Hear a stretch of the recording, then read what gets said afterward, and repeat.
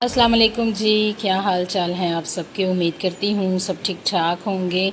और ये बारिश जो है वो मुसलसल तकरीबन 5 दिन से हो रही है, छोटी छोटी सी, बिल्कुल हल्की हल्की सी। और मेरे मोबाइल पर भी ये हल्की हल्की सी बारिश पड़ रही है। और मैं आपको दिखा रही हूँ कि ये बारिश जो है सारी रात और सारा दिन होती रहती है, जिससे बहुत ज़्यादा नुकसान हो रहा है। और मुझे अफसोस होता है उन तमाम लोगों पर जो सैलाब से मुतासिर हो चुके हैं, रोड्स पे आ चुके हैं, सड़कों पर आ चुके हैं। और सुनने में ये आ रहा है कि वो सब लोग जो हैं वो मोटरवे पर भी बैठे हुए हैं और अपने घर का ज़रूरी साजो सामान लेकर, और बेसरो सामानी के आलम में।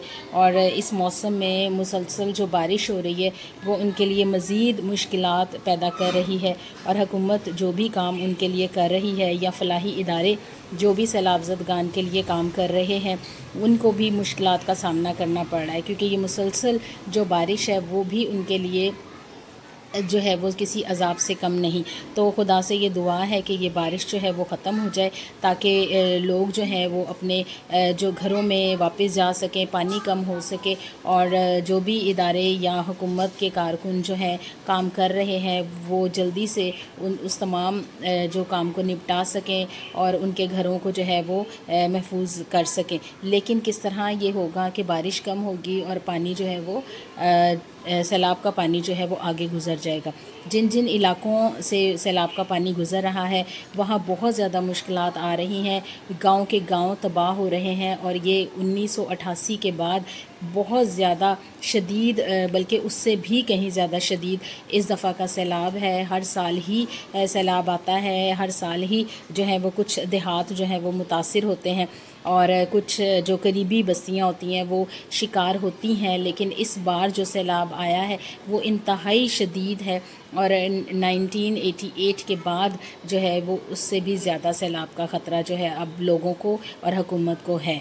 और ये अब जो है सैलाब, कहा यह जा रहा है कि पंजाब के दरियाओं से गुज़रता हुआ आगे जेहलम, और उससे भी आगे जो है मुल्तान, और फिर कराची, सिंध में, दरिया सिंध में जाकर ये गिरेगा। लेकिन इसके अलावा जो जितने इलाके अब तक इसकी पकड़ में आएंगे या इसके रास्ते में आएंगे, उनको यकीनन ये जो है सैलाब तबाह व बर्बाद करेगा। हम दुआ कर सकते हैं खुदा से कि खुदा जो है लोगों को इस आफत से महफूज रखे।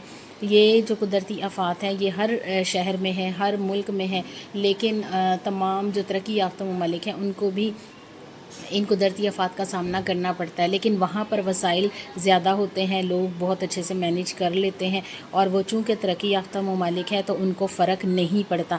लेकिन हमारे यहाँ क्या होता है कि पहले ही वसाइल कम हैं और फिर ऊपर से इस तमाम मुश्किलात का जो सामना करना पड़ता है, उससे जो है वो हुकूमत और मईशियत जो है वो और कमज़ोर होती है।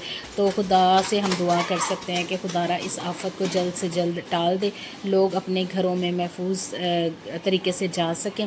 और अब जो सूरत हाल है वो और जो है वो तबाहकुन है, या और फ़िक्र अंगेज़ है, लम्हा फ़िक्रिया है हमारे मुल्क पर, कि लोगों को बहाल करना, उनको खाने पीने की चीज़ें प्रोवाइड करना, उनको पहनने का जो है वो कपड़े प्रोवाइड करना हुकूमत की। और हम सब लोगों की मुश्तरका ज़िम्मेदारी है कि हम सब मिलकर उनकी मदद करें, और हर शख्स जो जहाँ तक मुमकिन हो सके उनको कुछ इमदाद वगैरह ज़रूर पहुँचा दे।